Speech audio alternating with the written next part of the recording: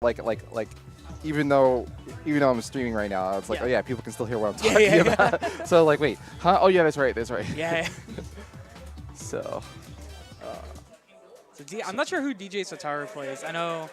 So ShinSin in Exilate played a couple characters, but mostly Byakuya. And Byakuya is super strong in this version. So I know he at the very least is like keeping him as a sub character because there's really no reason not to. Of course. And Byakuya didn't change very much. Oh, we're gonna do this again. Or not? We'll find out. No. We're okay? No, it's still. Ah. Oh, they're trying to find the account. I think they're just screwed. Or not. So we'll find out in a second here. Yeah.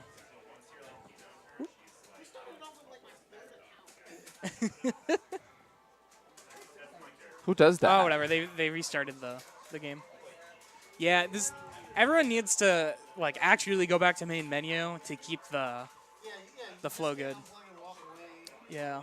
I should probably whatever. Someone should tell Mike and make an announcement, but hopefully we'll remember. So anyway, ShinSin, when this game came out, he was like, oh man, Enkidu looks great. And then he played him, and he was like, Enkidu is not great. So, oh, he's on Hyde now. Okay. I know he was fooling around with Phonon for a bit. Oh, he's still figuring things out. Okay, so we might see a character switch or two, maybe. Well, one character switch at least. Yeah. Oh, and this. Oh, you know what? I was playing DJ Satoru in casuals. He played a couple characters also, but I think Carmine was his main. So I don't know that he's gonna switch. I think he's also fairly new.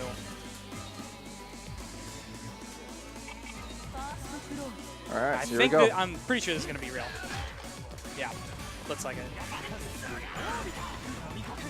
So Hyde is a weird character. He's more or less like an anime Shoto. And one of the things he has is he can detonate his fireballs after he throws them, or he can like leap forward on them. So like trying to jump over fireballs is often not like a great strat against him.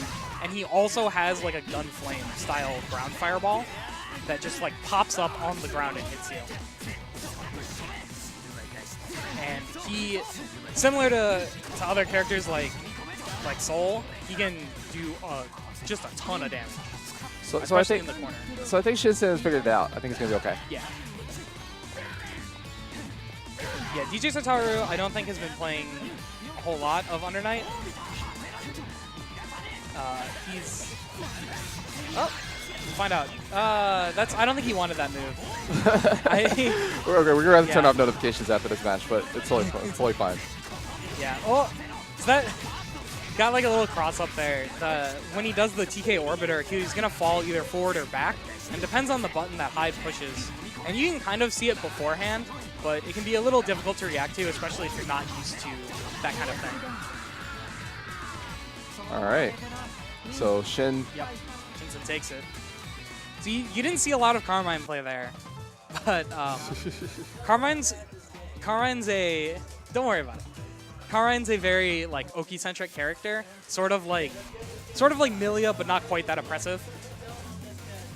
So you're gonna see a lot of Carmine looking for just like more so knockdowns than huge damage necessarily, unless it's a starter that the player is very like prepared for and familiar with. And then once he gets the Oki, he's just gonna go for, I mean, fairly basic looking, but pretty effective, just like empty jump low or overhead, that kind of stuff. And it's gonna be all covered by the little blood wheel or whatnot.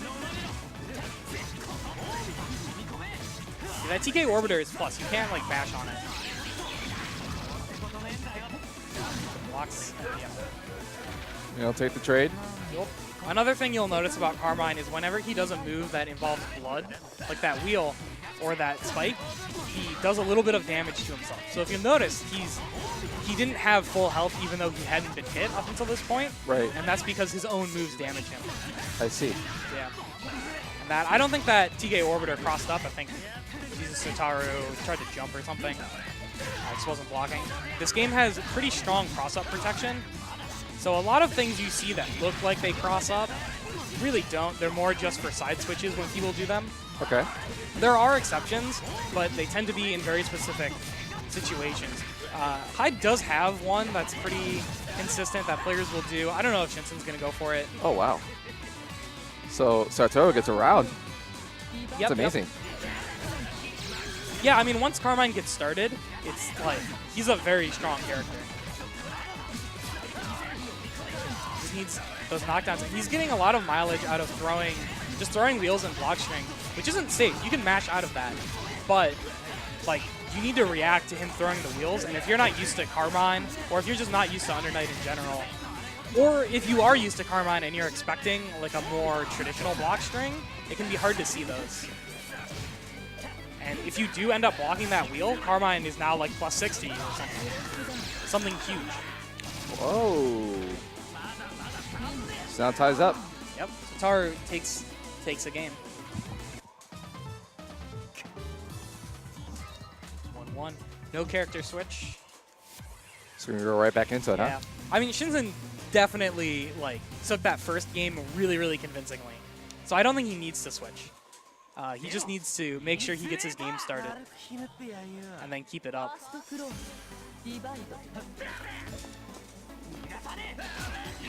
Playing carefully here. Doesn't want to get caught by something.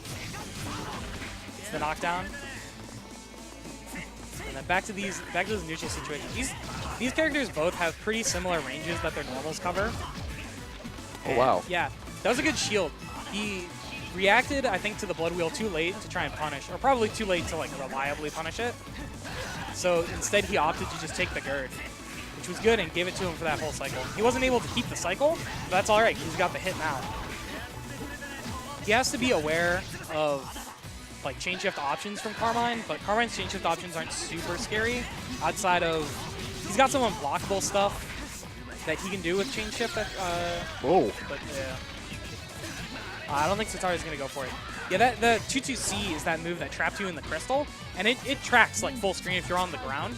Okay. So he can use it to punish on reaction a lot of stuff, but it doesn't lead to like a huge amount of damage, and it is a meter investment for Carmine. And Carmine can get a lot of damage out of meter, as well as he can do setups where he has like blood on the ground that you have to block, and he throws you at the same time, and you just get caught. But you can't do those setups if you knock him down in the corner and keep him there for the entire round. That was a good, yeah. That was a really good delay tech. Got him out of that. It wasn't really like a mix-up. It was more like ShinSin just wanted to be absolutely sure he was going to get plus on block, and by no-teching, Satoru denied him that. So even though he wasn't able to turn that into something, it was a really good thought. So my bet is that your match is going to be next then. Yeah, I think so.